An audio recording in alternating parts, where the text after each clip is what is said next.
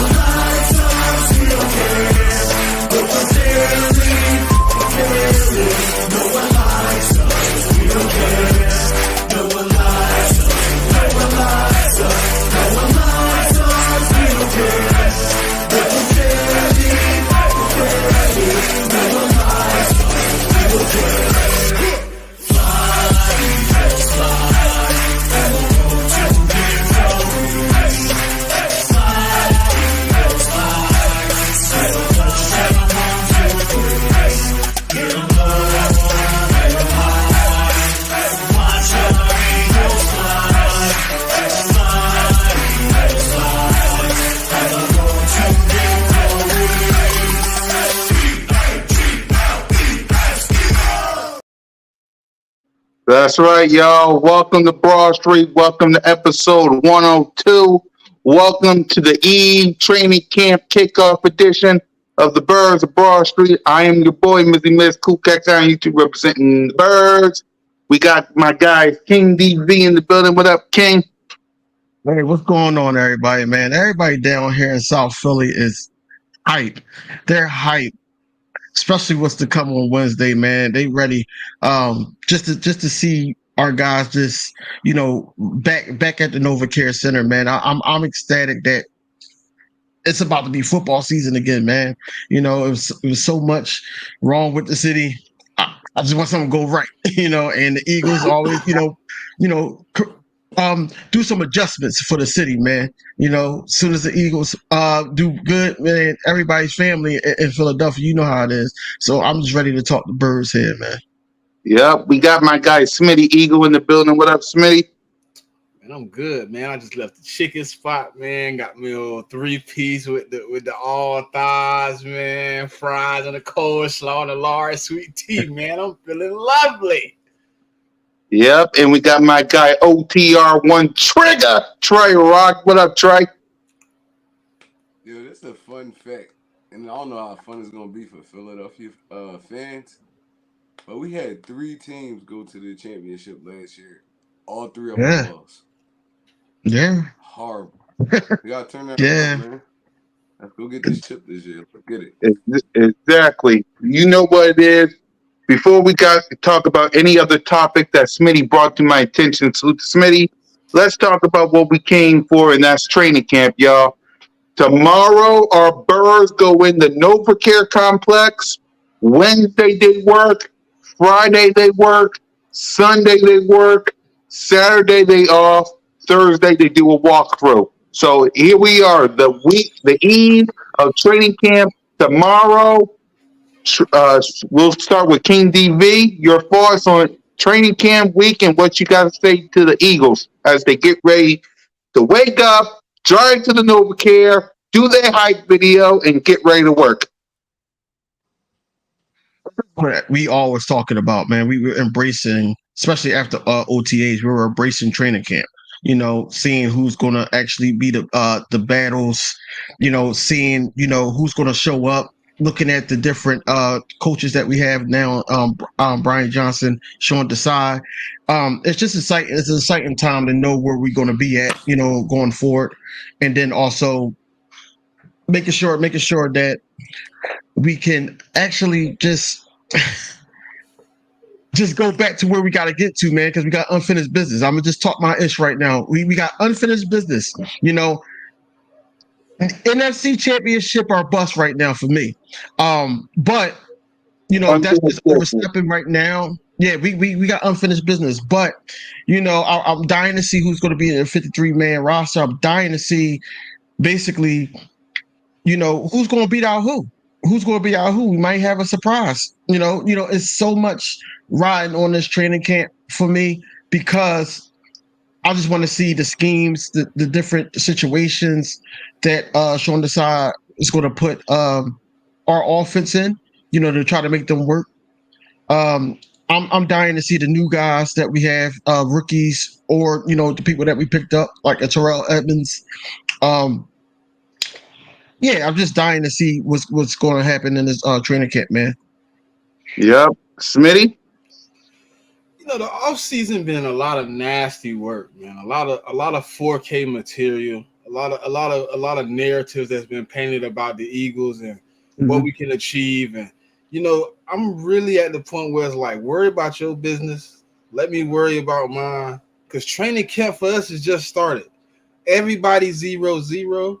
And now it's time to put work in to get what we're doing, man. It's easy to talk in the off season, bro. It's easy to go back and forth and have conversation. And you can make up anything, any perspective you want. You can swerve it and make it look good. But now it's finna put pen to paper. We finna make these rhymes, man. We finna write a book. Let's go, man. Go Bird. Yep. Trigger. All right, so I approach with me, man. I approach every training camp the same. Hold on, my fault, yo. No, you're good. I approach every training camp the same. I don't never know what to expect. We could be a dominant team again this year. I believe we can, but you never know what the season. Got in store for us. So, I'm optimistic that we're gonna be a great team again. We had a lot of pieces back. We lost pieces, added a lot of pieces back. We got a lot of new energy in the coordinator position. It's like, I want to see what a Brian Johnson Sean Desai could do. Let's start off at training camp. They got the open practice on the 6th. I'm going down there. I hope y'all be down there. Down there. It's gonna be. Oh, I'm going to please open practice, please. I wish. It's gonna I'm be a down there. fun event. We get like a real like first snippet of our coordinators and what they're gonna do. So, like I said, I'm always optimistic going into the season, but I'm really like one of those fans that's like kind of realistic about it. It's like, the NFL is a little tricky. It's like sometimes, for the most part, we stayed healthy last year. Who's to say? Yeah, we'll talk about that part. Who's to say the next season gonna be like that? So it's a lot of factors that go into a football team and a football team being good. So, I'm optimistic about it, but it's still wait and see with me. Yep. For me, it's real simple. I can't wait now. The offense side of the ball, I really can't wait for. Y'all know how I feel about Jalen freaking Hurts and the crew. The defense side of the ball, I want to see the Bulldogs. I need to see what Mr. Carter, Nolan Smith, Jordan Davis, N'Kobe Dean, and Ringo all can do together as a group. I need to see how this defense, because y'all had 70 sacks, which Smitty will talk about that too. We had 70 sacks last season, but when it came to the Super Bowl, zero. What I want to see when you go to training camp, because you're going to be facing the Aaron Rodgers, going to be facing the Matthew Staffords, the Tuas, the Dax twice, the Genos, the Patrick Mahomes, the Josh Allens, and the Brock Purdy. What I need from this defense, you had 70 sacks last year. Can you give us some more when it comes to the playoff teams that you face? Not no Daniel Jones or no people. I want to see. Oh, third game. What's up, BG? What's up, guys? Yeah, I I want to see my defense get some sacks against the top quarterbacks that we face. That's what I'm going to see. Bergen, what you can't wait to see going in training camp tomorrow and Wednesday. Good to all you guys, man. I just want to see some hitting. I want to see someone hit somebody in some pads, baby. It's football season. It's back around. I want to see somebody lay In and out. football You're field. in and out, BG. I want to see some people make some hits out there. You know what I'm saying? You got the pads on. You got all the position battles. I want to see who's gonna come out there. And, really like get ahead of everybody else from being like electric on that football field. Yeah. So that now going into training camp, there's going to be some concerns. So let's talk about it. Our biggest concern going into training camp, I'll start because I said it on my video. Salute the King for watching. Injuries, injuries. Because we had C.J. Gardner Johnson get hurt. I don't know why some of the fans are going after him. It is what it is. I mean, you shouldn't go after a guy when he gets hurt. I mean, we don't condone that. But yeah, he gets hurt, but he's good. But injuries can happen. That's my biggest concern. Injuries can happen. I want when you get ready for the Patriots week one. I want my 53-man roster as healthy as it gets. Because we talking the Patriots. Yeah, they got Mac Jones. It's going to be an easy walk. Well, tell that to all the Patriot fans that are going to be celebrating Tom Brady in a sellout stadium. You need to be healthy going into that game. No injury. I get it. Injuries can happen anytime. I understand that. But for God's sake, when you go into training camp, no one gets hurt. When you go to preseason, nobody gets hurt. Going into the first game versus the Patriots, nobody gets hurt because you got a short week after that. After you deal with the Patriots, you got the Minnesota Vikings in the home opener, which I will be attending, by the way. I'll be there. You got the home opener versus the Minnesota Vikings. You got a short week after the Patriots. No injuries, please. I do not want to see Ian Rappaport. I don't want to see Adam Schefter say Philadelphia Eagles blank, blank, blank injuries. For the love of God, can you go ahead? Your biggest concern going into training camp tomorrow. To be the injuries is it's alarming that not just C.J. Gardner Johnson, but like Anai Times for the Bills. He got hurt too. He out for the season already. You know, it's just a big concern that we do got some vets on the team. They might try to take it easy with them in training camp. Like Kelsey, your Lane Johnsons, your Fletches. They're going to take it easy with them, but I don't want any injuries. No concerning injuries, man. You might tweak something a little bit, especially when you're trying to do these training camps and joint practices. But overall, I just don't want no major injuries where as though it can hurt us in the long run, man. We dealt with a couple of those last season with Jordan Davis going down, and we got two, old heads off the street, Sue and Linval Joseph. Then you also had Dallas Goddard go down, off of injury.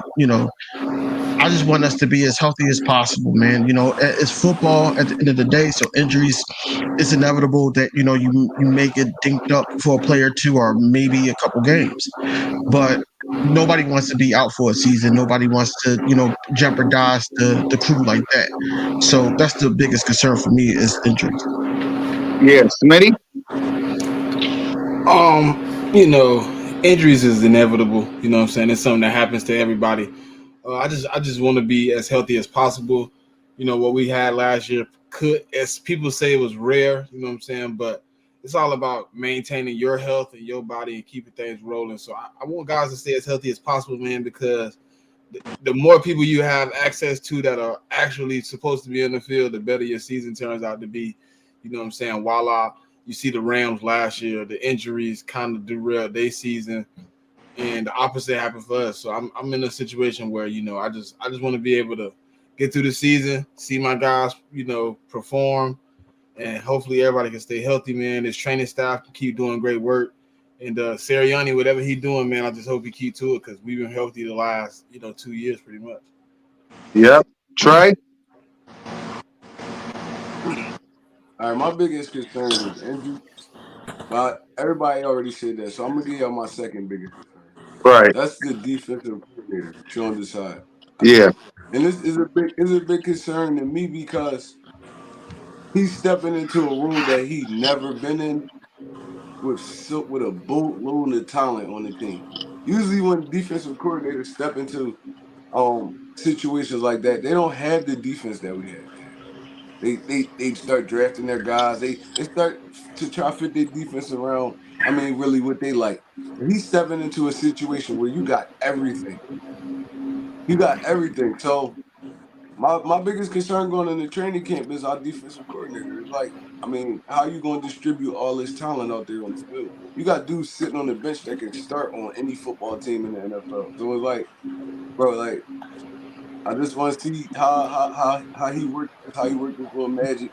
I mean, hopefully we get back to the point where we get 70 sacks again this year. So that's my biggest concern. Yeah. Bless you, BG. By Thank the you. way, no problem. And everybody is BG because he's at work. Everybody asking what's the sound. He's at work. So salute to BG, I man, for turned the sticking fan with off. us. Can you still hear it? Yeah, salute to you, BG, for rocking with us while you at work. But go ahead, your biggest concern. My biggest concern is, overconfidence probably. I think, they all had good off seasons. The whole NFL and the rest of the league's been like hyping them up all off season long.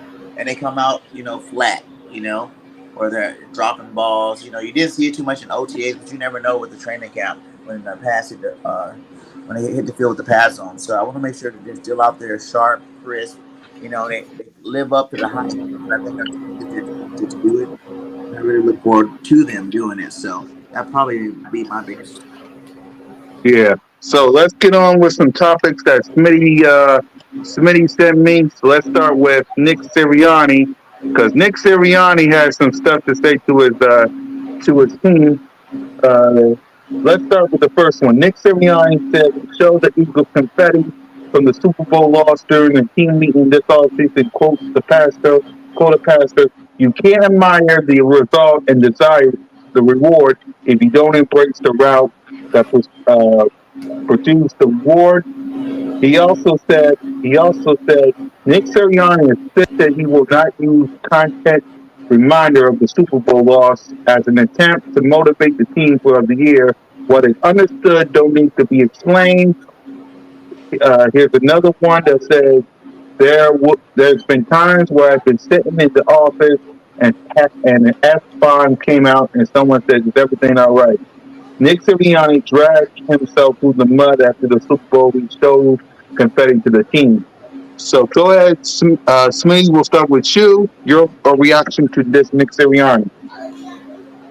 Dwelling on a situation is something that can get you killed. You know what I'm saying? So him using it as a motivational speech and pretty much saying like, look, we're gonna use it as motivation, but we ain't gonna keep dwelling on it and keep going back to what happened.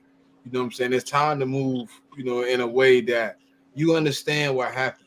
You understand the consequences of coming up short, and you also know in the back of your mind how hard it is to get back to that same point. So the mountaintop is high, but Nick Sirianni is going about it in the right manner, man. He's using things that should motivate any man inside of a professional sport that wants to compete.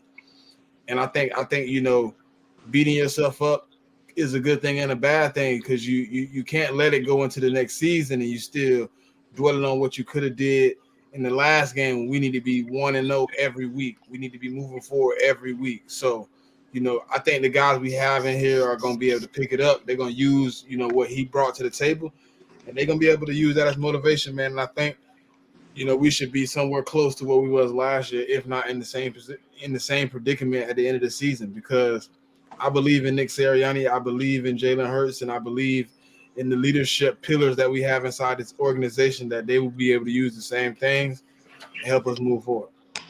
Yeah, King. So basically, I did a video on this. Basically, a guy from WIP, a radio station that basically reports on the Eagles in Philadelphia. And they basically was saying that he was on a hot seat. Nick Sirianni was on a hot seat, and this shows that they don't know what they're talking about. This is great motivation. Coming off of Super Bowl loss, saying that hey, the job is not done. Everybody needs to be on that same page. The guys that was there last season, everybody has to I be ain't on the gonna same hold page you. at My the end of the fault, day King. I ain't even because gonna we know hold where you. we were trying to get to. I ain't even gonna hold you, bro. Hot seat is that's a crazy take.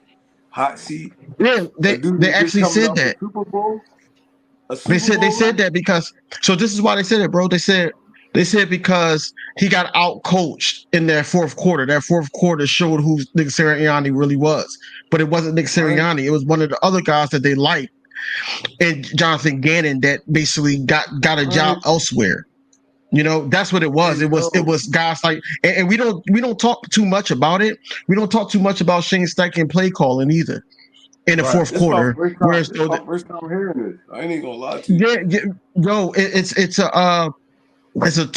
a tweet. I did a whole video on it, and they were really like adamant about it. Like basically, look, Nick Sirianni cost us that Super Bowl, and he should be on the hot seat because I'm not Right. yet. Like that's basically what they were saying. And I'm Yeah. like, this right here with because I didn't see this tweet that was just up there. I didn't see that, and I'm like, yo, bro, like this Bro, is why he's our this why I coach, hate Philadelphia media, bro. I hate right? Philadelphia media. They not for Philadelphia. All these dudes that they got in the media is from Boston, Dallas, all these other places, bro. Like for y'all to blame that loss on Nick Sirianni is that's horrible, bro. Like he's the coach. You got a Mm-hmm. defensive coordinator and an offensive coordinator for a reason. They put together these game plans all week. Nick Sirianni just the overseer. In-game Right, adjustments and stuff, that's up to the offensive coordinator and the defensive coordinator. How did Nick right. Sirianni lose this game for us? Bro, I don't understand it, bro. That's horrible. That's a horrible take for sure. Here's a It Yep. is a horrible take, and flag. that's why I had to do a video about it. Yep. Go Can't do ahead, it Trey. like this. Nah, bro. I don't know. It just got me hot a little bit. I ain't even gonna lie to you Mm-hmm. because they did the I'm same trying to see. they did the Let same me thing see with if I can Doug send it Peterson. to. I'm They did seeing the if I can same send it thing to with Doug Coolcat Peterson. real quick. All right. After we Yeah. Go came, ahead, Trey. You were saying? no, I said the Philadelphia media is just horrible. Period. It's like Mm-hmm. these dudes be having the most like outlandish takes and stuff like that, and they could just say it, and people just be like, "Oh, all right." Like, nah, bro, we gonna call y'all on y'all BS too. Like, a lot of them dudes not even for Philadelphia. When we winning, it's great. But as soon as something happen, we lose fourth quarter game, something like that, they piling it on like it's the worst thing in the world. It's football. Right. Somebody got to win, somebody got to lose, bro. Facts. It's sports, Fact. period. Somebody got to win, somebody got to lose. They was the better team that day. Okay, it happens. But bro, for y'all to say Nick Sirianni is on the hot seat, that's a horrible take, bro. Right. The dude went to back-to-back playoffs. He took his first year, he took the team to the playoffs. Second year, he took the That team to could the be Super Bowl. a This Super dude, Bowl. Right. even at this early stage in his career, he's one of the best motivators that I've seen in this city, bro. To get that team to Yeah. do what they did last year, bro, and keep it up the whole season all the way to the Super Bowl, bro, that take. Mm-hmm. And this dude, and mind you, this dude's making millions on these teams. This dude that's making millions and millions of dollars on these teams, bro. They don't have to listen to you. And that's why And the coaches get ran Eagles, out of man. here. Bro, that's why coaches get ran out of here every other day, bro. Every other day. I hate Philly media. Mm-hmm. I live in Philly. I lived in Philly my whole life, and I always hated Philly media. They dog Mm-hmm. McNabb out. They dog AI out. They dog Yeah. um Ryan Howard out. Bro, it's like, dog, you can't make a mistake down here, period.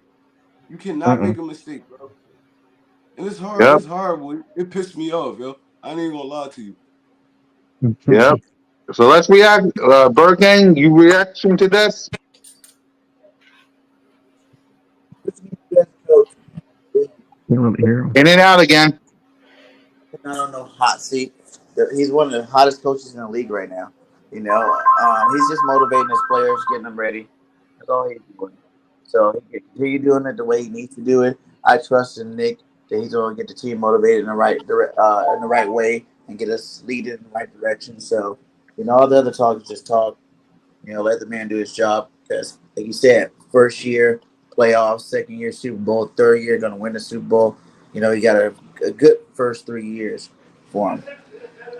Bro, hot seat is crazy to me.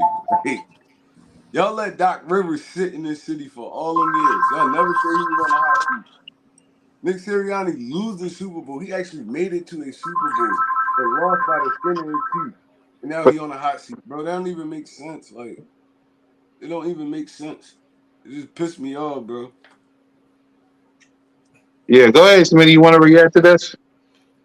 I mean, hot seat is like one of those takes for like a dude like a Ron Rivera, who in the last seconds of his lifespan don't know if he's eligible for the playoffs. It's a situation for dudes like Josh McDaniels who go out there and blow wreck when they say you got a powerhouse team.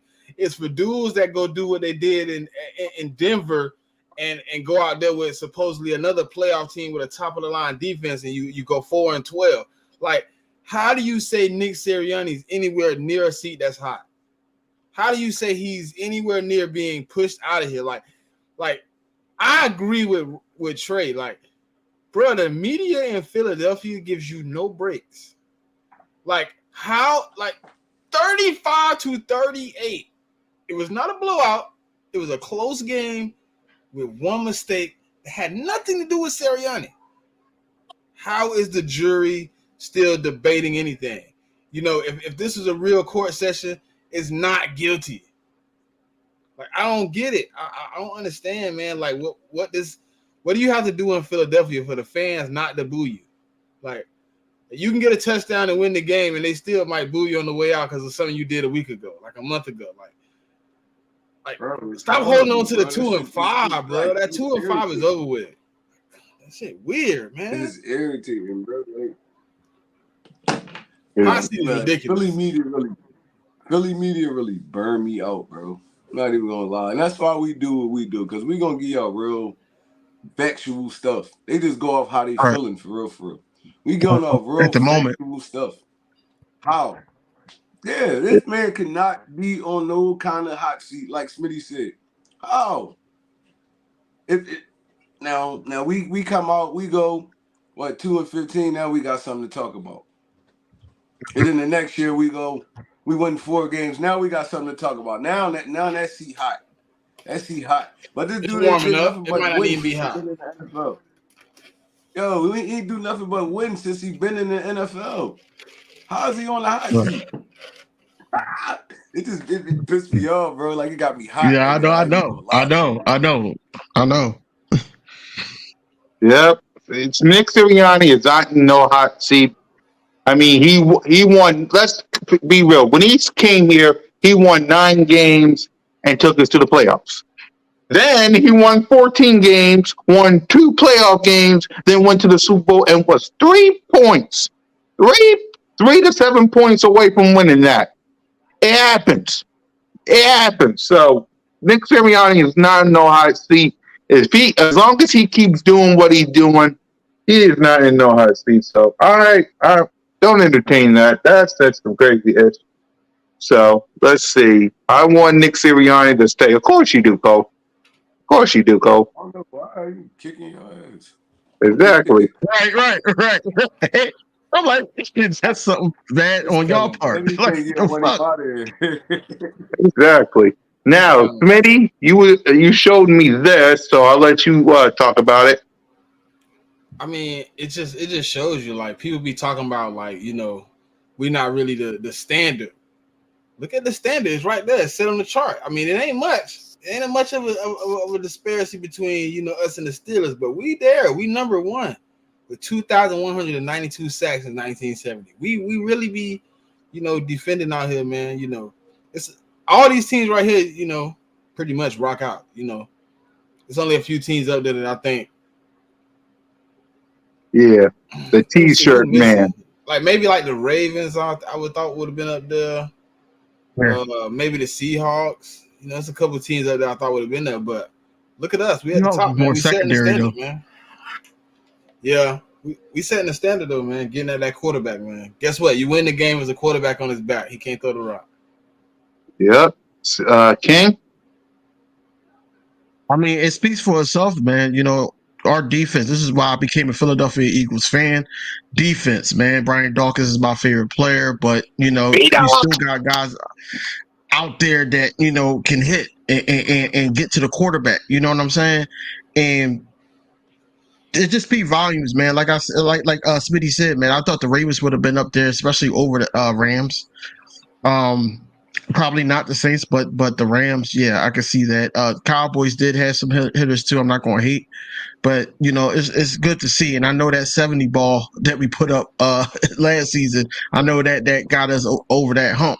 So I just want us to continue to do God's work on the field and put some quarterbacks on a back. Pause again and again and again. That's what I want to see. But this is a good stat, man. This is something to see. Yep. Trigger. Yo, it says since 1970. Shout Yep. out to all the great pass rushers we had though, and I'm gonna start running some of them off.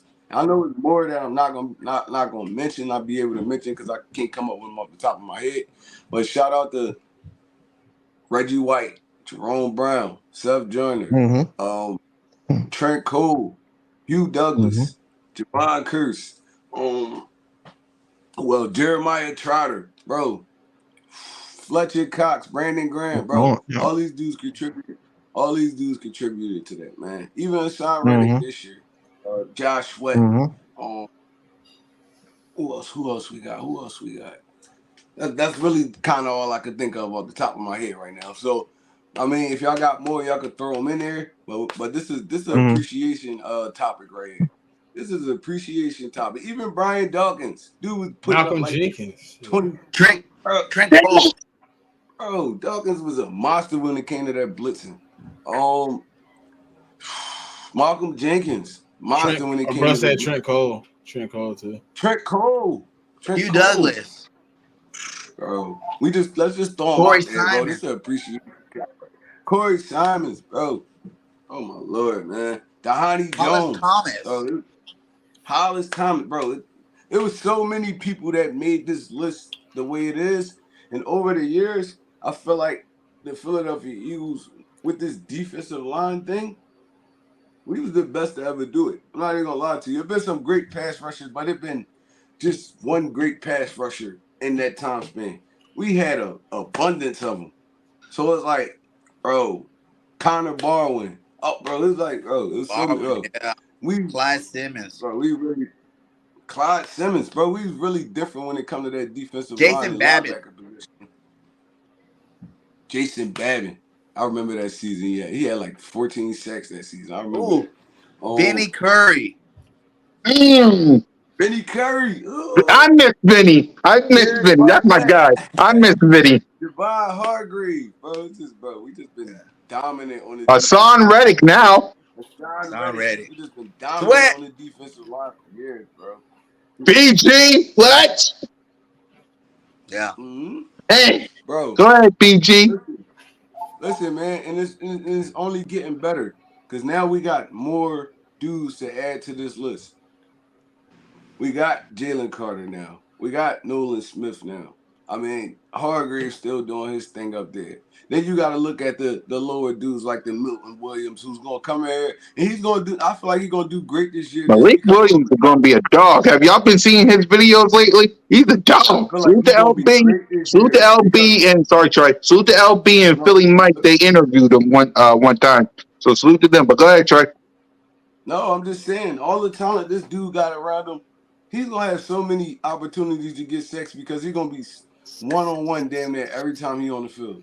Because they're not going to be worrying about double teaming Milton Williams when you got all that other wreck around him. It's like, bro, I feel like this is going to be a breakout season for him. So we probably could add him to another one of those great pass rushes that the Philadelphia Eagles had on their front line. So, like I said, this is an appreciation topic. I mean, I ain't gonna get too much more into it, take up too much time, but shout out to all of the people that really been running up there in that front for us, man. Yep, BG. Doing it for a long time, and the funny thing is, like you said, it's not gonna slow down. It's only gonna get better. I think we break the sack record this year. With all the talent that's on this roster, I don't see why we can't do it. You know, we got the blueprint out last year. I think the secondary's gotten better. I think the linebackers have gotten better.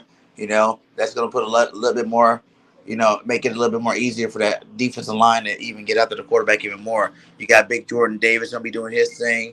You know, the rookie Carter going to be doing his thing. You know, don't forget Nolan Smith's going to be out there doing his thing. So overall, the defense is better.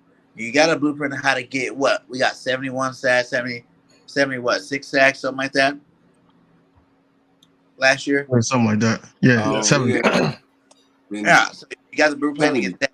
You become a little bit more aggressive of a play caller, and I guarantee we break the record this year. So that's how I feel about that. We're going to keep it going, and I don't think anybody's going to catch us for a while. Yeah.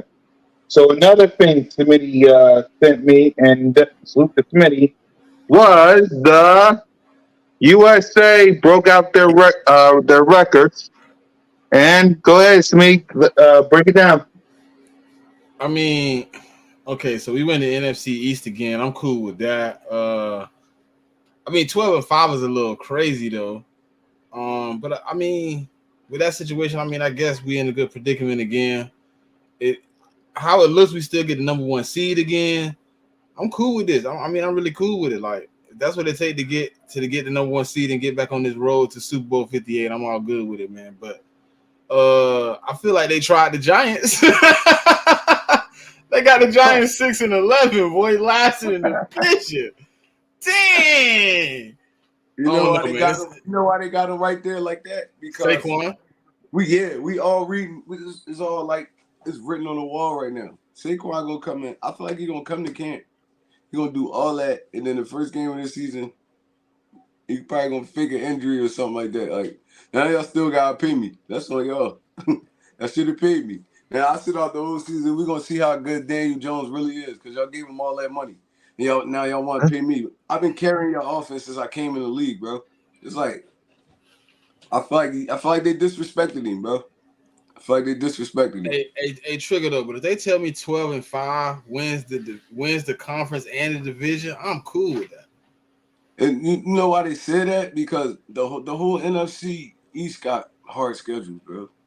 The whole NFC East. So it's like, I mean, 12-5 is like, that's not a bad record. It's like, I feel like we're gonna win a couple more, but that's not a bad record. That's not a bad prediction. Now, if they would have said like 9-10 wins, I'd be like, all right, y'all smoking dope. Because I still feel like we the best team in the NFL. So we're gonna beat a lot of these teams just based off that. So I mean, 12-5, that's not a look at the Vikings. Record. Look at the Vikings. Trigger. Look at the Vikings. They beat the Vikings across the head. Damn, 7-10. Hey, this some record predictions right here, boy. This could get spicy. Look at Jonathan Gannon 2-15. Ooh. They got the Raiders at 3-14. Oh my god. I see. Look at the Colts. They say Shane Steichen gonna go over there and get 4 wins, man. Yeah, I see that. Yeah, they get a little disrespectful with these Joes. I ain't even gonna lie. They got They are. at 2-15.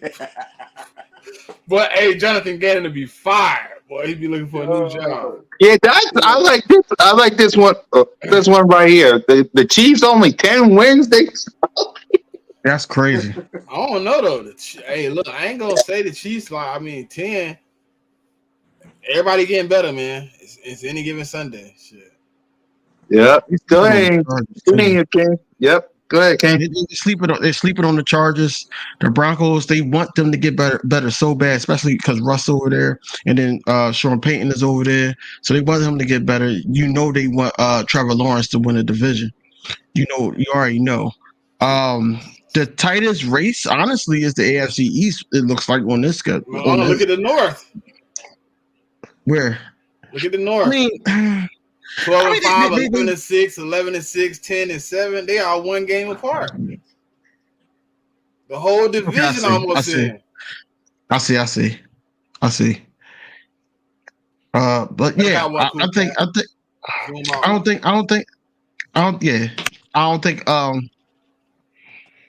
I don't think this is going to be the score. I mean, the records are honestly. I think that it's a good one though. It's a good one though. No, it is good because it's honestly realistic. from what we know about last season going into this season is realistic. It is only realistic because it's crazy. I hope Cole's still in here, but I heard a take this morning about the Cowboys, and they were basically saying that um Dak really cannot change the way he play. And how he plays is that he has to play hero ball. He cannot sit up there. The only way that Dak would not have that many interceptions like he did last season is if they run the ball more. Now you're dependent on guys that is not really ready to have a whole bunch of carries, and then also Tony Pollard that's coming off a leg injury. So you're dependent on that. So I don't see Dak really like taking a step back on the interceptions as much. I think he's going to still make the same mental mistakes. Hey, DV, So I can seen a see stat that today, right? record. Remember they said they want to run the ball, right? Uh-huh. When the last time he was an offensive coordinator, they was bottom 5 in the league in rushing attempts. And I think that But Mike at that time McCarthy he can had. run the ball though. Oh, you talking about Mike McCarthy, right? They saying he gonna run the ball, but the last time he was an offensive coordinator, they was bottom 5. But he ran the ball with Eddie Lacy, and it really wasn't good. He had 1,000-yard season, I think. Yep. So Yep. BG. What was the question? Oh, I'll let you react to this because this is what I saw funny. Speaking of rankings, this one was from our good friend Cole Cowboy. He don't If give a y'all damn. can see it. Yeah, I barely can see. I got a full screen it. Let me see. All right, hold on. Okay, I see it now. They got us 13-4, and they got him winning the division. Y'all seen this bullshit? Yep. For those who can't see it, it's the Cowboys 13-4, Rams 11-6, the Detroit Lions 11-6, the Falcons 9-8. We're 13-4, Bears 10-7, and the Giants are 10-7. For the AFC, it's the Steelers 7th seed, the Broncos 6th seed, Bengals 5th seed, uh, the Miami Dolphins 4th, Jags 3rd, Browns 2nd, and the Dallas Cowboys. And the Chiefs 1st. So, Smitty, it's your boy. Go ahead and talk about it. If this ain't one of the most ridiculous pieces of shit I've seen all day, like, bro, what is like Cole? You need to go somewhere with yourself, bro. So you telling me we gonna both go 13-4? You gonna go 10-2? So that means you swept everybody, pretty much, but 2 teams you lost 1 to. So that's how, bro. Please stop it, please. You giving me a headache with this book. Like, so you telling me the Bills not making the playoffs, the Jets not making the playoffs, Patriots not making the playoffs, Seahawks, none of the teams that got legitimate teams making the playoffs. Everybody just gonna. You telling me Aaron Rodgers finna go 4-13, bro? He got Dallas making the playoffs. You already knew that. 13, and then he try to make it look good by using the same record as us, but you 10-2. Come on, bro. Stop it, man. The madness gotta stop, man. Y'all gotta stop this bullshit, man. I know y'all wake up and want to be homers, bro. Y'all want to cheer for your team. Y'all want to put on the pom-poms and a skirt and go out and do flips. Bro, don't get on here with that bullshit, man.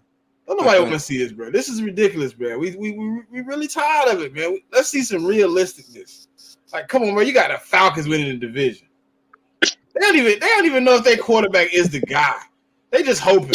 They ain't gonna get him nothing legitimate to put behind them. They went and got Bijan Robinson when they already had 2,000-yard rushers last year. So now you got 3 running backs. You telling me? I mean, I ain't knocking Justin Fields, but he finna go from being the bottom of the league, 3 wins last to 10. All right, now with the Justin Fields thing, I could see them. I can see them going like 9, 8. I could see them making some noise because they had potential last year. They lost a lot of close games last year. They weren't getting blew out. So I can see him taking that next step, and they put kind of a nice little team around him, gave him some weapons and stuff like that. So that's a wait and see. But like the Chargers not making the playoffs, like a lot of these teams not making the playoffs is The like Rams problem. 11-6 trigger. Yeah, so they go from the horrible season and jump right back to, I mean, in contention for a Super Bowl just because Matt Stafford came back. They lost everybody basically, even Jalen Ramsey going over there. So they starting over Mm-hmm. for real. So it's like, I mean, I don't see the 11-6 like Rams going 11-6. Even the Dolphins, they had a solid season last year. I see them taking a step back too. I mean, the Bengals gonna be there. You know, we gonna be there. But the Browns going 12-5, bro. Stop it. Stop it, bro. Stop it. The division they play in don't even allow these dudes to go 12-5. I ain't even gonna lie to you. Exactly. They be beating up on each other all season, bro. It's like, and the Bengals the best team in that division. So, I mean, oh, bro, I don't get it. I can see Detroit probably 11-6. They had a solid season last year. I mean, they capped it off good and all that. They looked like a quality team. I mean, they just had to get the defense together a little bit. And I don't know. I still don't see it with the Broncos either. It's like, bro, they got to show me, cause y'all was a big disappointment last year. Y'all wasn't even injured. That just was a big disappointment. So I mean, I kind of get some of his schedule, but the Cowboys going 13-4 is just bonkers, bro. It's like, yo, it's just bonkers. We're not gonna have the same record as them, bro. And y'all gonna go what, 10-2 in the conference? All right, bro. Come on, Cole. You better than that, Cole. You better than that, bro. You better than that. Exactly, Cole. You come on now. Like you got Mike McCarthy not wanting to only run the ball to protect Dak Prescott. And Listen, Dak finna be slinging that big cool cat. I hope that better be the case because from what I'm hearing is No, I ain't we're saying going to run the hey. ball. From what I'm hearing is we're going to run the ball and use our defense. That's what I'm hearing. Here's the thing. Here's the thing, y'all. Here's the thing about Go ahead, Cole, King. man. Cole want us to talk about this, man. He gets he gets something from it, and this is why he always tune in. So see if we're talking about the Cowboys or anything like that. So since he brought this to our attention, let's talk about it. He only basically posted this up because he knew the Cowboys being number one will tick us off. He knew it. He knew it. There's no way in hell Dak Prescott is going to lead them to a 13-4 record because some of those games your quarterback has to win. Now, for your coach to come out and say the coach that's running the play calling now, come out to say, "Hey, Dak Prescott, to avoid that, you know, I don't trust him in certain situations. Let's run the ball." You know, who do that sound like? That sound like us a couple years ago. You know, that's who it sound like. You know, taking time off the clock. You know, being a better time management. He's trying to prove to himself, Mike McCarthy, I'm talking about, being that guy that can actually do good clock management for a change in his career, right? So to put Dak Prescott on a pedestal, saying that, hey, I could be that guy and all that, you know, after last season. And then, yeah, everybody, the Cowboys, content creators, and the fans all say, oh, that was just one season that he had those type of turnovers. No, they seen something to the point where they're like, yo, no, we got to switch the game plan up, get the ball out of his hands so, you know, we could move down the field, run his clock out, and trust our defense. You know, they're going to start treating him soon like Trent Dilfer. That's when they're going to start treating him like Trent Dilfer with the Ravens. That's how they're going to start treating him this season.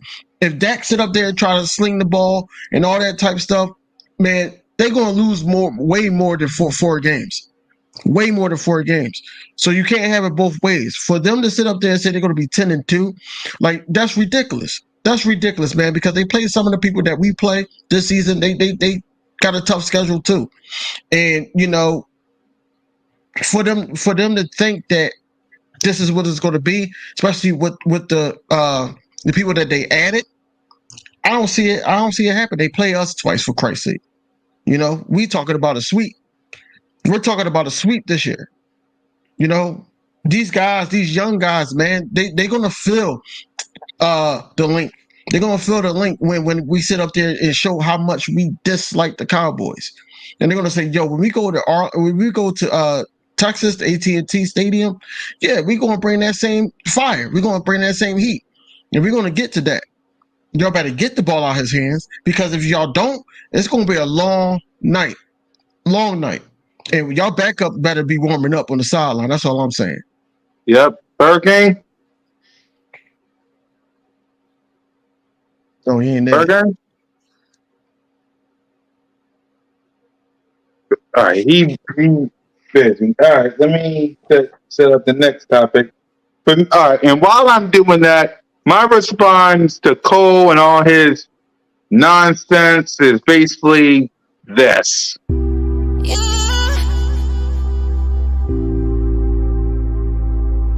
Well, we took another L.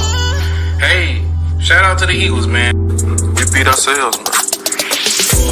We beat ourselves. You see, it was some stuff that I saw that I really hated, man. The sense of urgency when we was behind was bad.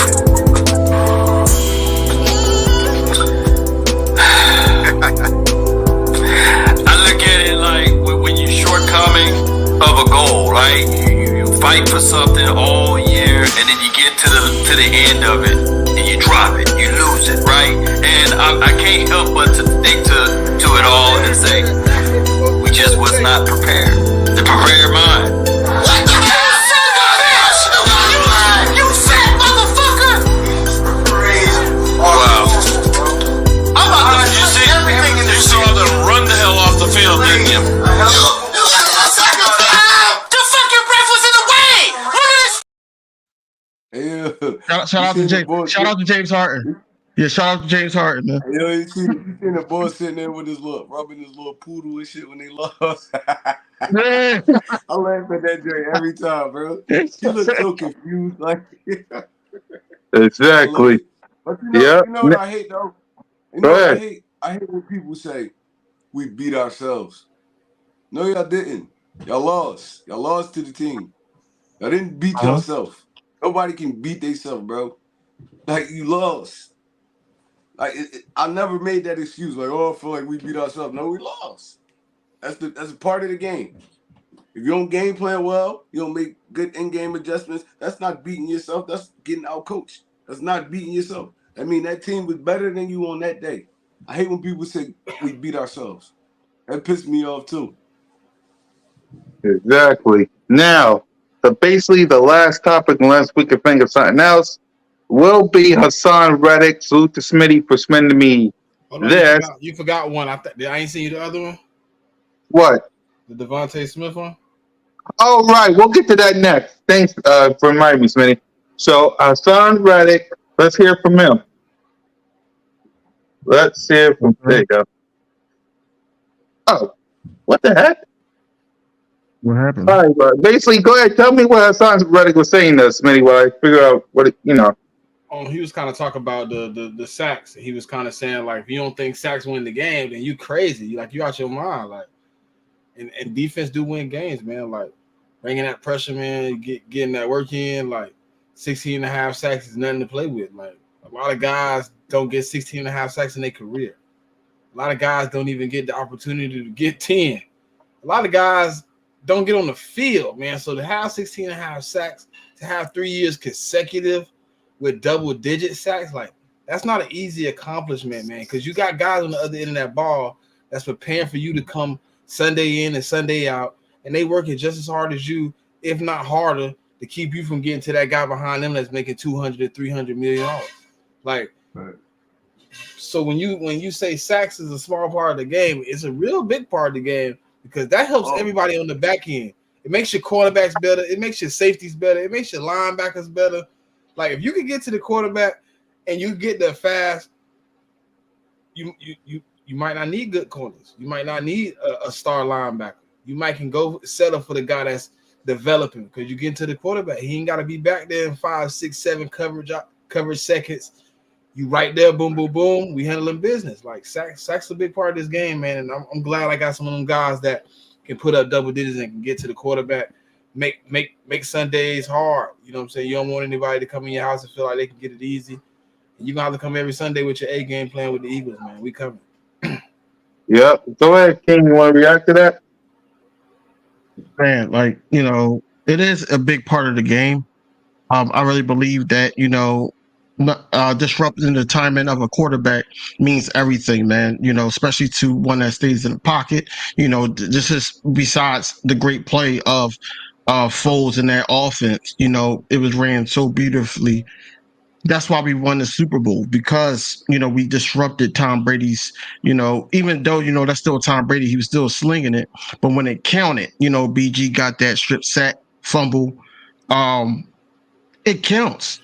It just counts. And, but that shouldn't be all that counts. But when we got that as a strength, that's everything. That's everything on the field. It leads to a lot of good tackles. It leads to the quarterback having a second guess on where he's going with the ball. It just throws off the whole opposing team's game. So yeah, it does. It does matter. And then it also helps the secondary. You see what it did for our secondary last season. Under Jonathan Gannon's defense. Let's be honest. The pass rush was there.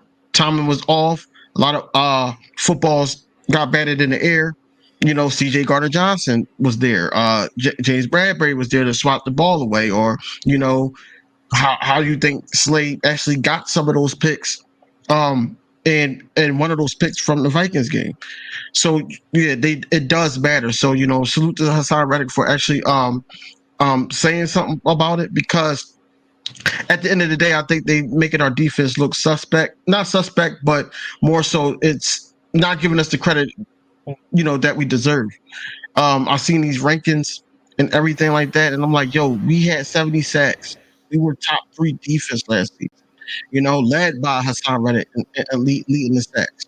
They throw dirt on his name too. They don't even show him no respect. They show Michael Parsons respect because he's the one that everywhere looking at us still in the playoffs and everything like that.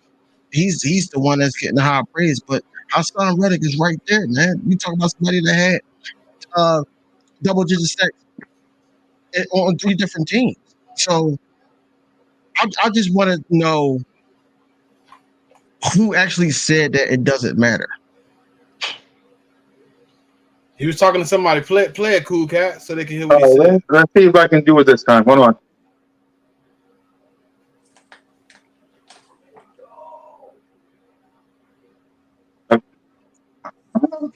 But yeah, I can't hear it. But anyway, go ahead, King, because I can't hear it. Anyway, whoever said it don't really know the game.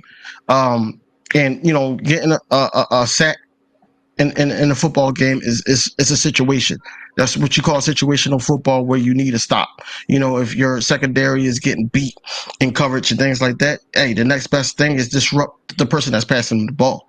So yeah, it's a big deal. It's just a big deal in this football game, and I don't even know why this was even a discussion. Yep, try. I feel like it's disrespectful, bro. If you really watch the NFL, like you really like a fan, like how we are, bro. If you got a dominant pass rush, none of that offense stuff matter. It's like, bro, first of all, they can't set up their offense how they really want to because y'all getting there too fast. So it messed the whole flow of the game up. When you gotta, man, like, y'all remember those Baltimore Ravens defenses, bro? It was so Yeah. hard to score on these dudes because it was so good on every level, and it started at the front. Everybody look at like Ray Lewis and Ed Reed and all of them, but the dudes they had up front, they was dominating offensive lines up front. So now Ed Reed, Ray Lewis, they could play around wherever they wanted to be at because they knew their pass rush was going to be where it needed to be at. Quarterbacks only had a good 2, not even 3 seconds to throw the football, and you couldn't run the football on them either, and that started up front. The Philadelphia Eagles, the year we won it in 2017, we had the dominant pass rush. A dominant pass rush, bro. And it opened up everything because our defense was getting people out the field for Carson Wentz and them to go play around, score all the touchdowns they needed to do. But it started up there on that front. So whoever said this, whatever they said, is disrespectful, bro. It's like you don't know football. So where are we going with this? You basically saying like, oh, the pass rush don't matter? Because if the pass rush didn't matter, we might as well be playing 7-on-7. The NFL might as well be 7-on-7 if pass rushes don't matter. Right. Pass rushers impact games. Von Miller won the Denver Broncos a Super Bowl. Brandon Graham won the Philadelphia Eagles a Super Bowl.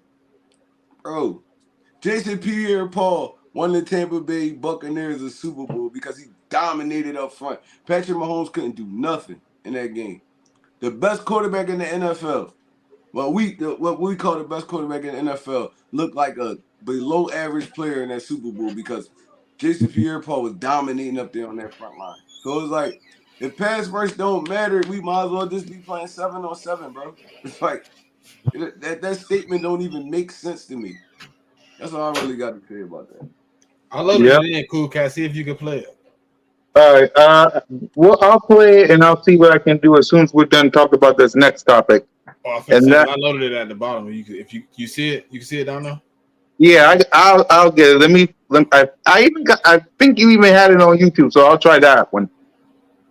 But first, let's go ahead and talk about Stevante Smith being one of the top 100 players in the National Football League. So go ahead, King. They got him at 100, Yep. bro. I was Oh my going. I was going there, bro. Hold on. So anybody that rock with me and my channel and everything like that, know that I'm a big Smitty Slim Reaper fan. You know, love his game. I love how, you know, what he brings to the offense. You know what I'm saying? Even when he first got in and almost cracked 1,000 yards the first year he was in the league. This is an insult, man. This guy coming in to God. I this ain't even gonna lie year, to you you. I know, gotta take it. I last gotta season take he it had back. 1,200 passing yards. You know, we were the only team besides the Dolphins that had two guys in the top 10 in receiving, and you got this guy at number 100, cracking it. The fact that everybody's celebrating this and all, no, that's not good enough. He needs to be higher. They got him at He needs to be 100. higher.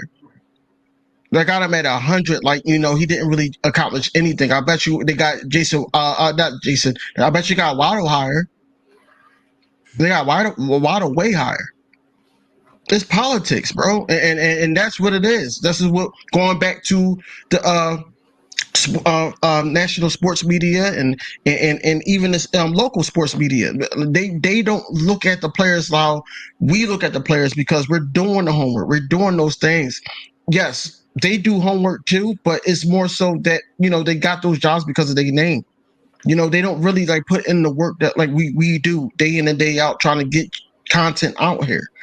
So this is, you know, the NFL. Yeah, this is BS, man, and I'm pissed off about it. And I'm hoping that Smitty is pissed off about it too, and using that as a little bit of motivation going into the season and having one of my bold predictions of him getting 1,500 yards this year.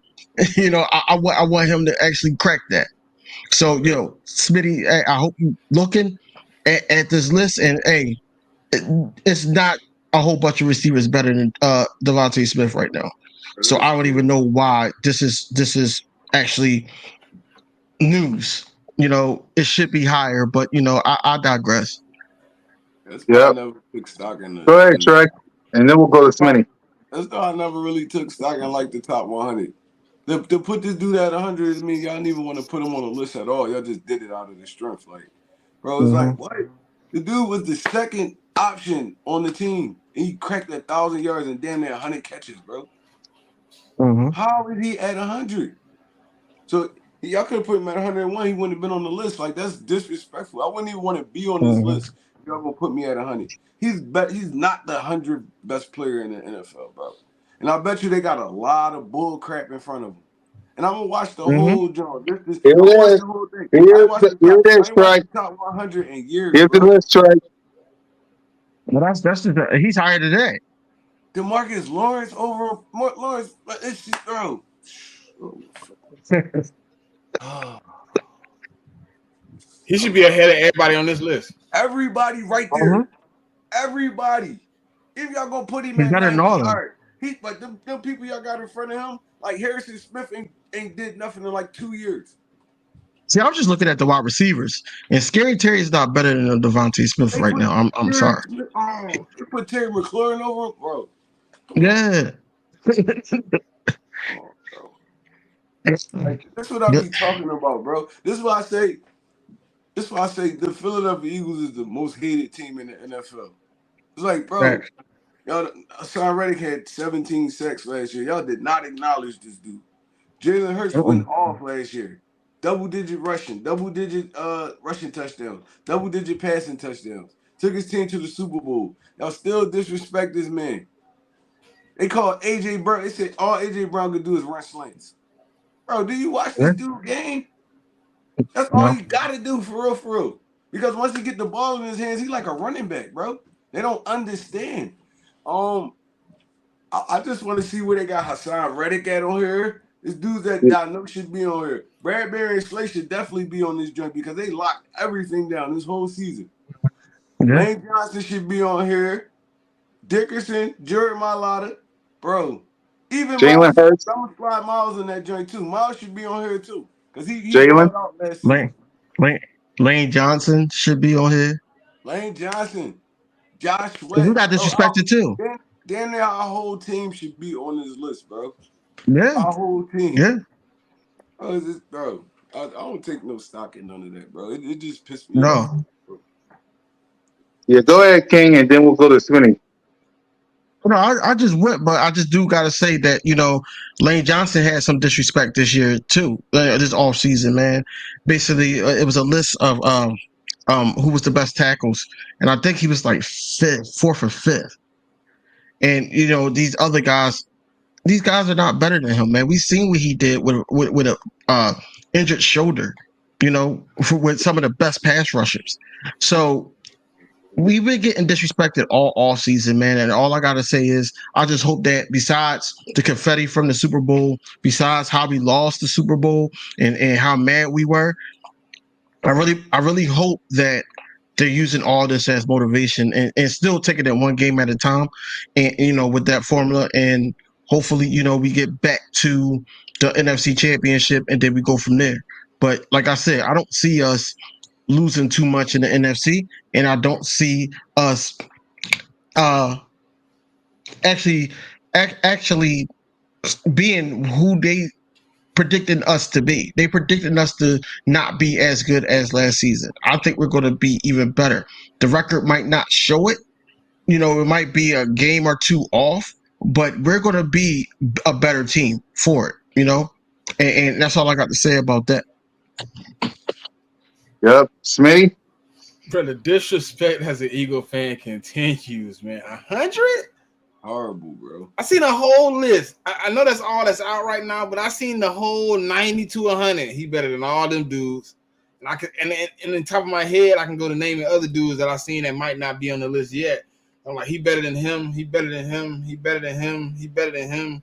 Like, they continue to do little things. Like, they continue to throw pebbles at the brick house and think it's gonna do some type of destruction. Bro, let me ask you a question. Not to cut you off, but would you take how many number twos? Since we got to say wide receiver 2, how many number twos would you take over Devontae Smith right now? You got T. Higgins, you got Jalen Waddle, you got if you want to throw him out there, Brandon Cooks, you got You're fucking stupid. Talk about stopping the Right. run game. Right. I'm listening to it. On my side, man. And that's the fucking truth. Right. Hassan Reddick with the penetration. Yo, Hassan Reddick is Philly.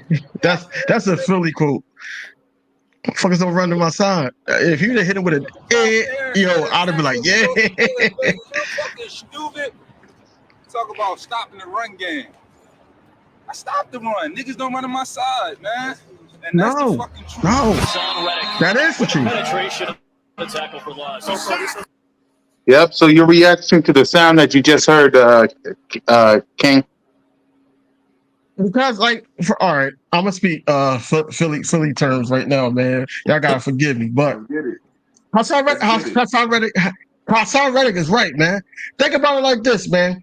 How often do a running back run on that side? And then, especially when y'all got somebody like a dumbass tight end actually sit up there blocking for him, and even if they double him, it's backdoor, dick. It's backdoor, dick.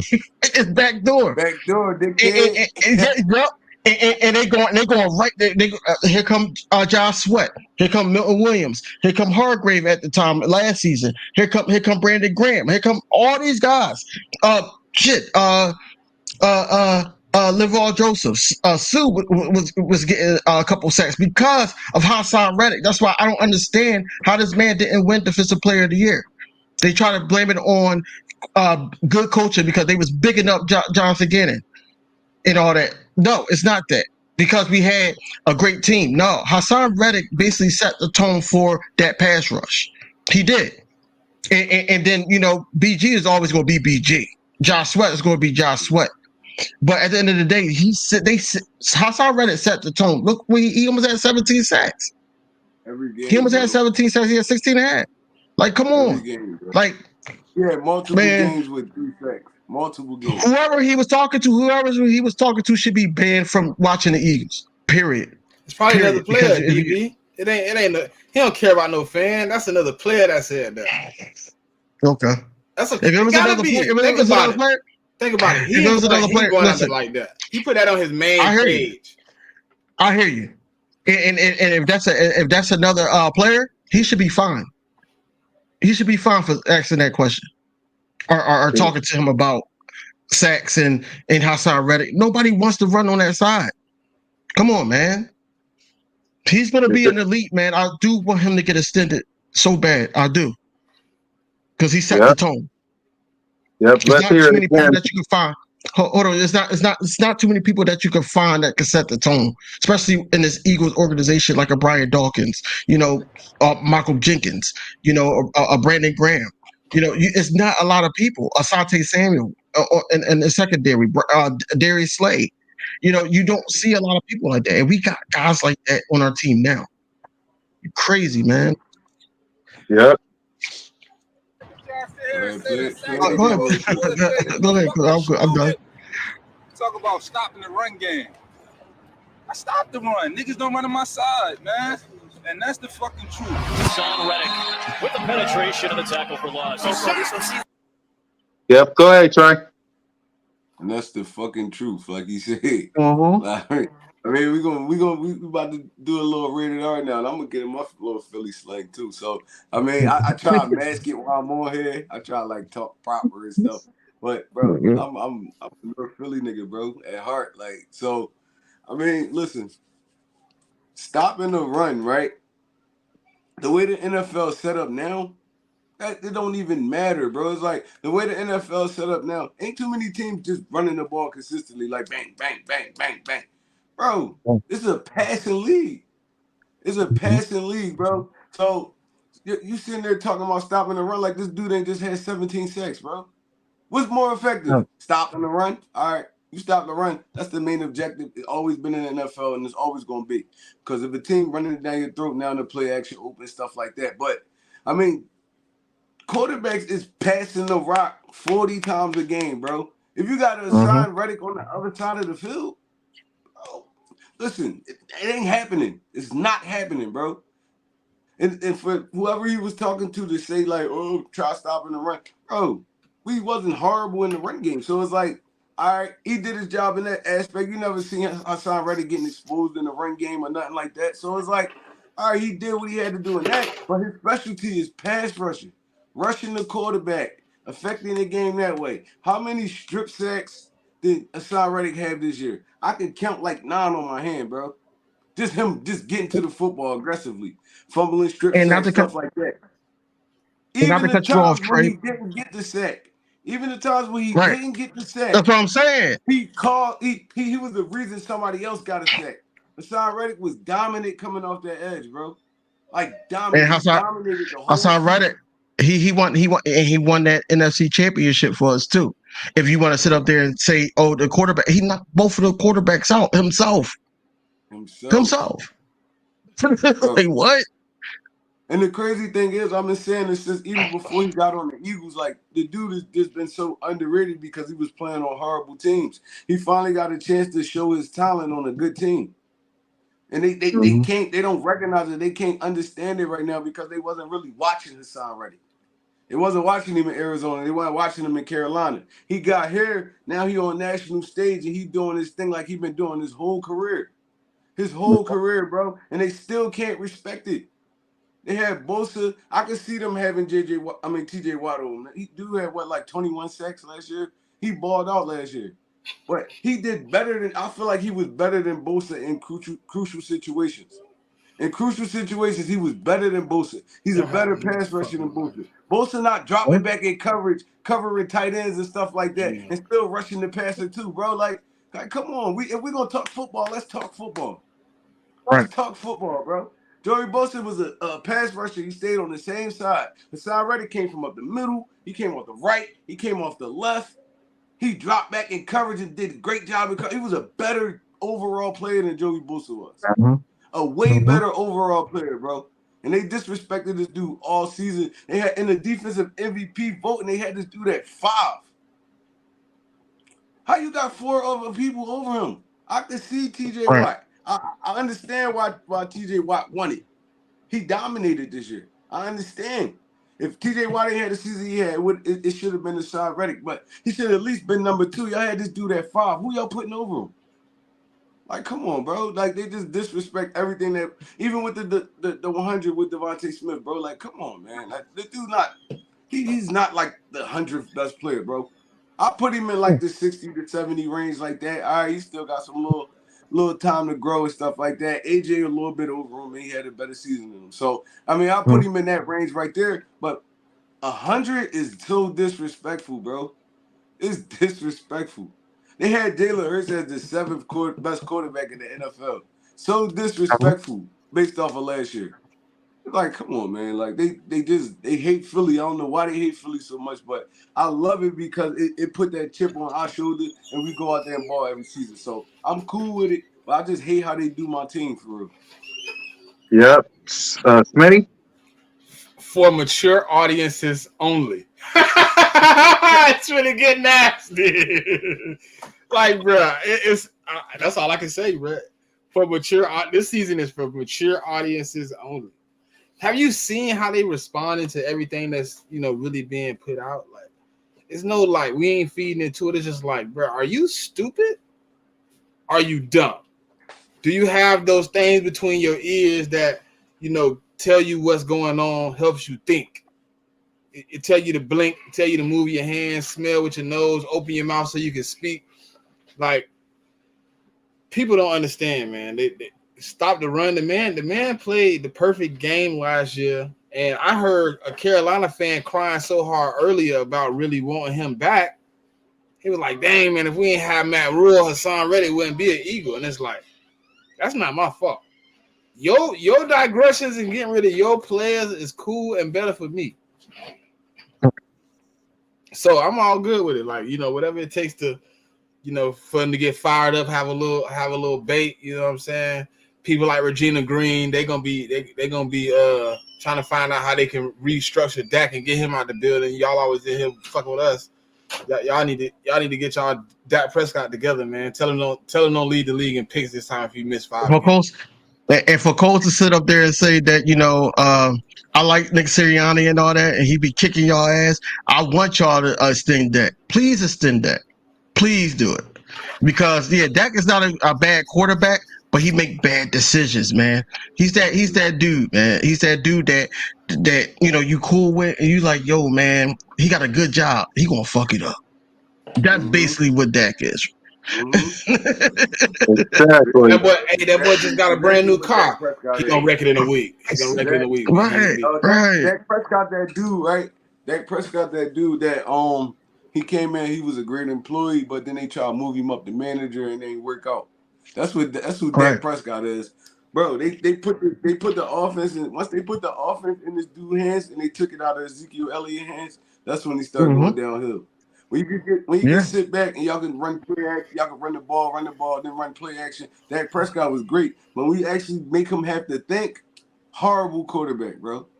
Horrible quarterback, make horrible decisions in crucial points of the game. And he been at his whole career.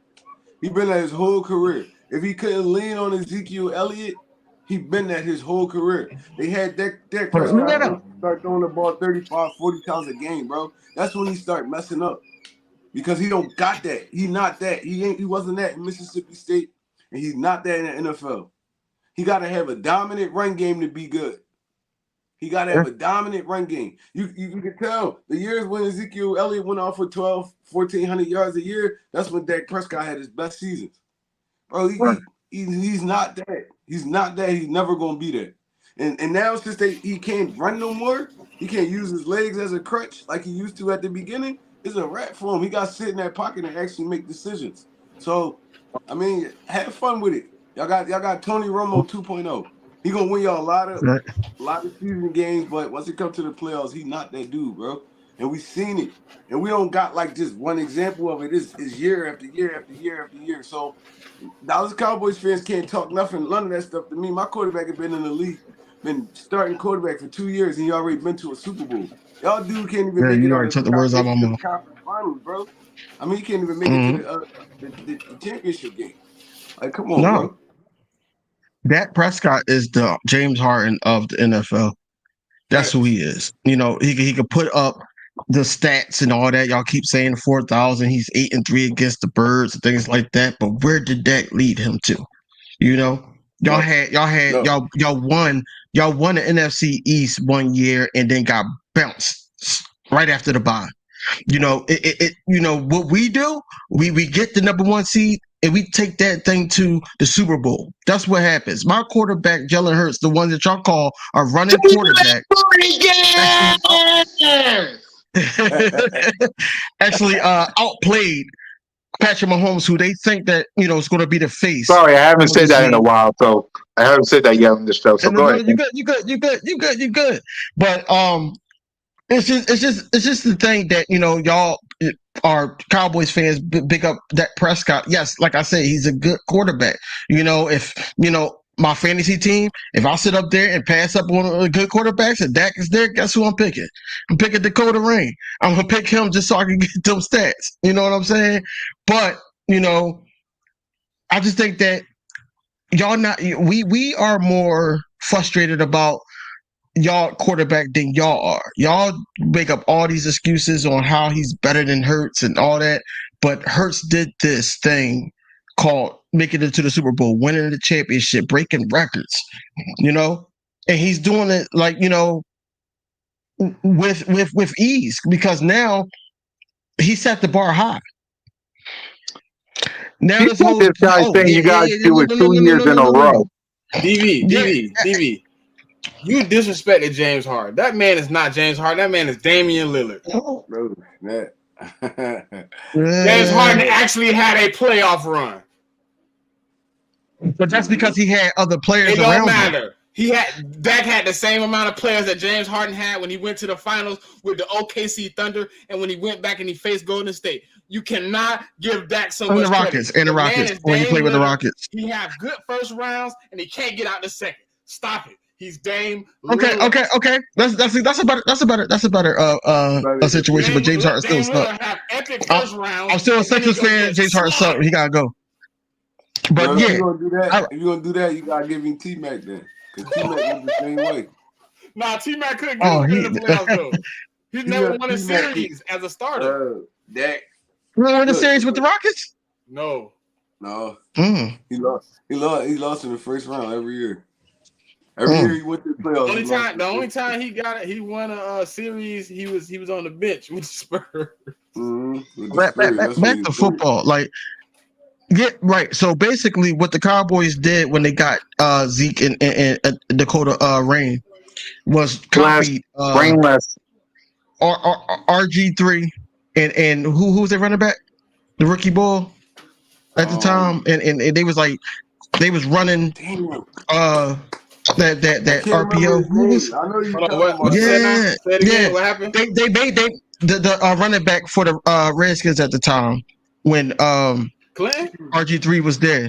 Clinton. Not Clinton Portis. No, Not that Clinton wasn't Portis. Clinton wasn't there. It was It wasn't Clinton was him. there though. I don't know if he was the Clinton starter, wasn't but there. he was there. Clinton wasn't there. No, it wasn't. It wasn't him. That's way out. Clinton They was at Denver enhanced it. then? That's way out. I can't remember his name. I can't even. But that's all they did. Running back. When RG3, it was RG3 and him, and he was 1,000-yard rusher. Yeah, Somebody in the chat, man, help us out. yeah. I'm worried about Regina, man. Regina is on she's at Kensington right now. Man. Alfred Morris. Alfred Morris, yep. Yeah. And that's what they basically did. They just enhanced it. They enhanced it. Alfred Morris. But in this situation, Zeke Elliott, he was the guy. He was the guy that the offense ran through, and then that could dink and dunk and actually try to get Des Bryant and whoever involved, and then they try to put it like Rock said, they try to put it in Dak's hands, and you see what happens. This is why they number one receiver left. He went to the Browns. This is why coaches got fired. Kellen Moore just got fired and then got picked up by. I guarantee you that who's the quarterback for the Chargers again? Justin Herbert. Yeah, Justin Herbert is going to have a great season. I'm not saying he's going to go to the playoffs. He's going to have some decent numbers and all that, and then we're just going to be looking back at last season with Dak Prescott and how the Cowboys content creators and the fans basically sat up there and said that it was Kellen Moore. Yep. Smitty? Man, I said the same thing, DV. I asked Coles this, right? I said, what happens when them boys like 13-4, AFC championship,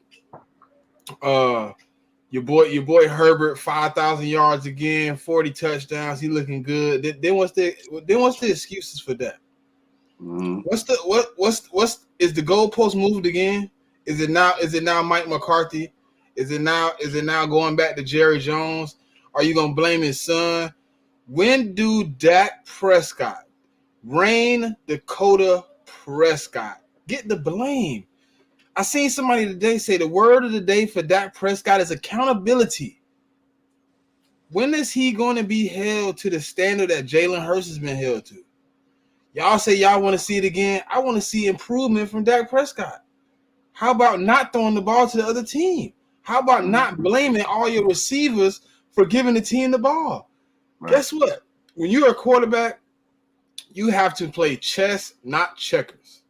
So when you throw the ball, everything that you need to process need to be processed. You need to know the evaluation of the circumstance, and you need to know the outcome.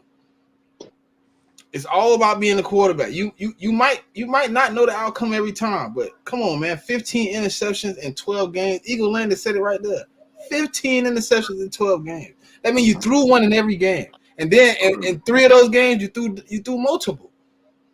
Like, come on, bro. Like, y'all hold us to this standard way up here.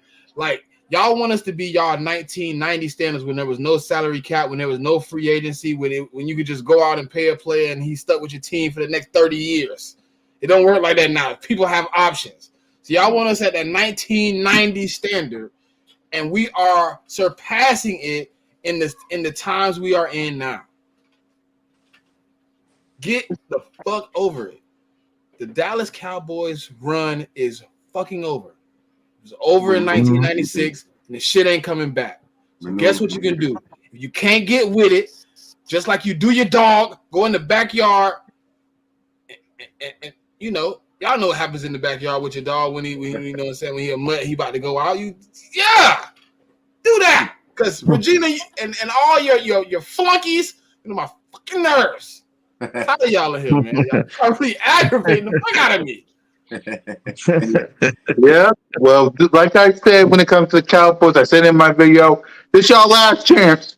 Because once my Birds go to the NovaCare complex and get on the field, we'll see you guys whenever we see you. We'll see you guys whenever we see you. Simple as that. Because once my Birds go on the field, you're second place, just like you will be this year. You're second place. It's Jalen freaking Hurts and the Birds. You, the Commanders, the Giants, the 49ers, y'all second, third, fourth place. Tell me. So that's that. Now, we talk too much about you street rat little boys for far too long on this show. Hence the reason why King TV is like, if you don't get on with the show, but we're about to end it. So, King, our final thoughts heading into training camp before we wrap up. Eagles fans, I ain't even talking to nobody else. But the Eagles fans,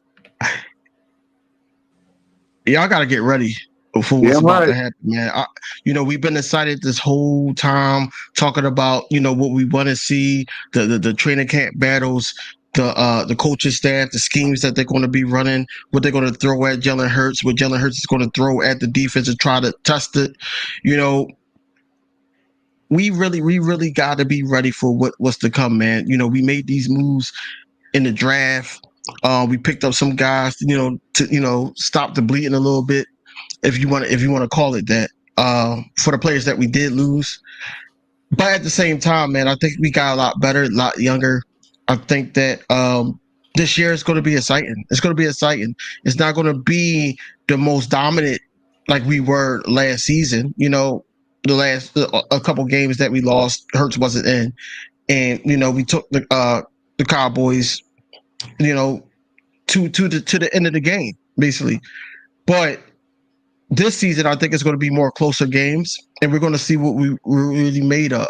And I think that way, Jalen Hurts is going to win us some games, just like he was always doing. The defense is finally going to win us some games and not sit up there and just prevent deep passes and things like that. Because that hurt us. That really hurt us in the Super Bowl. Mm-hmm. So I think that it's going to be a lot of changes.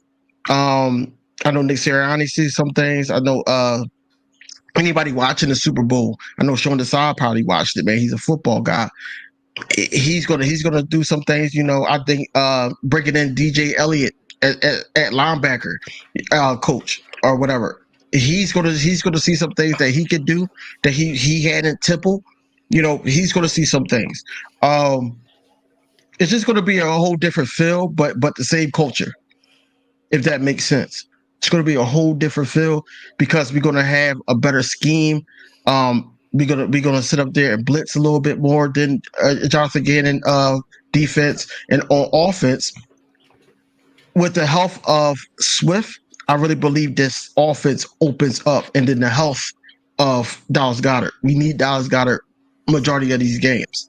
I think that opens up the whole offense to the point where, even if you put Olamide Zaccheaus in a slant or a short route, he's a reliable guy that is hard to take down too. Pause. But he's one of those guys that, can open up the offense as well. It makes it easier on Jalen Hurts, and Jalen Hurts don't have to run often like he normally did. We've seen video of Jalen Hurts sit up there and escape the pocket when the Chiefs was trying to, get to him and make a decent throw to a Zach Pascal of all people. You know what I'm saying? So he probably don't have to do that as much, man. You got to protect your investment, and then also have the people around him play for him like they did last season, taking one game at a time, and everything's going to fall together, man. Yep. Smitty? Hey, how the new cornerbacks do it? How they do it? Ain't that it, Trey? They be like, strap in, y'all. It's finna be a good one, boy. It's finna be. It's no roller coaster. We riding on high terrain. We getting it in, man. It's gonna be epic. You know what I'm saying? I'm ready to see people who we just brought into the team. See the acquisitions perform on the field. See what they bring. See the new, the things they implement into the game that make us better. Because just like everybody tell you, they pay the defensive coordinator just as much as they pay others, so they can sit down, figure out how to stop you. So I just need Brian Johnson to innovate. I need Deshaun Desai to innovate. I don't need you to go out and try to freelance. You already got kind of a based out frame. I just need you to paint the picture. You know what I'm saying? It's already written out for you. Just put it to the paper. We can get it done because we brought in the guys to replace the guys that left. You know, a lot of people want to tell us what we lost was detrimental to the team. But some of them guys y'all didn't even know before last year. TJ Edwards, Marcus Epps, Reed Blankenship, who is now coming back. Y'all didn't know these guys, man. Y'all didn't care about none of these dudes. Y'all didn't care about Isaac Samalu. Y'all didn't care about Miles Sanders. Now that they left the Eagles and went other places, now it's an issue. Now we lost detrimental pieces. Miles Sanders went 1,000-yard back before last year. Right. Javon Hargrave wasn't a double-digit sack leader before last year. TJ Edwards wasn't the top-tier linebacker. Kazir White coming in, he was a mercenary. Mm-hmm. Y'all don't want to really open. Oh, somebody brought up Zach Pascal. What did he do last year other than be a pass blocker? No, sir. He had what 10 catches on the whole season. Like y'all bringing up people that don't matter. Jump ball passes too. They bringing up people that don't matter. Listen, the people I matter about got this eagle right here on their jersey and on their helmet, and they say Eagles across their chest, and they're in midnight green.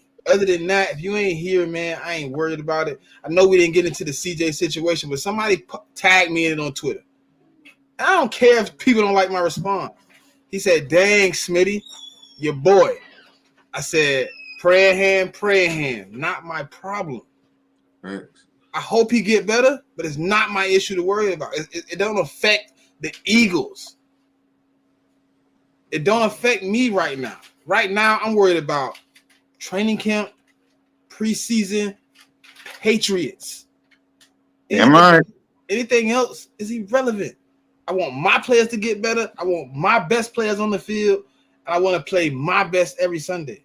And if it ain't Eagle best, I don't know what else it is, man. We got a standard we upholding here as Eagle fans, as Eagle content creators, as you know, people that might not even love the Eagles, as fans of the sport in general. You could be a neutral. We here to see good football, man. We here to see people progress. They could put all the hate on whoever they want to. But at the end of the day, it's 0-0. It's July going into August. Yep. It's training camp. Until week 1, I really don't want to hear nobody else. Like I've been real upset on Twitter watching Jets and Chiefs highlights from training camp all damn week. I wanted to see the Eagles, man. I don't care about nothing else, man. We got to worry about the Eagles and who the opponent is on the other side of the field week in, week out, and it's only 17 of those games until you get to the playoffs. So until further notice, Dallas, leave me the hell alone. Exactly. Go ahead, Trey. I got 9 weeks before I got to talk to you, mother. Leave me alone. Give Exactly. Yep. Go ahead, Trigger. All right, so this the point of the off season that I really start locking in. Everything before this is just like smoke screens. I mean, stuff like that. So it's like, you know, I don't really dip and dab in it too much. So this right here, this when I really lock in the NFL football, like training camp, stuff like this. And all I want is my guys to get through this training camp healthy. I mean, we could get through this training camp healthy and take our full team into the season, we're going to be good. And Nick Sirianni do a great job of not overworking these dudes, man. He do a great job of not overworking these dudes. I'm pretty sure they stretch into their best ability, stuff like that. Because, you know, around this time, that's when all the soft tissue injuries really start happening because dudes working out, but they're not really moving too much. They're not really cutting too much. They're not doing stuff like that. They just really weightlifting, hitting the treadmill, stuff like that. So, I mean, I pray we get through this off season healthy. We bring our full team into the season. I mean, and then we go.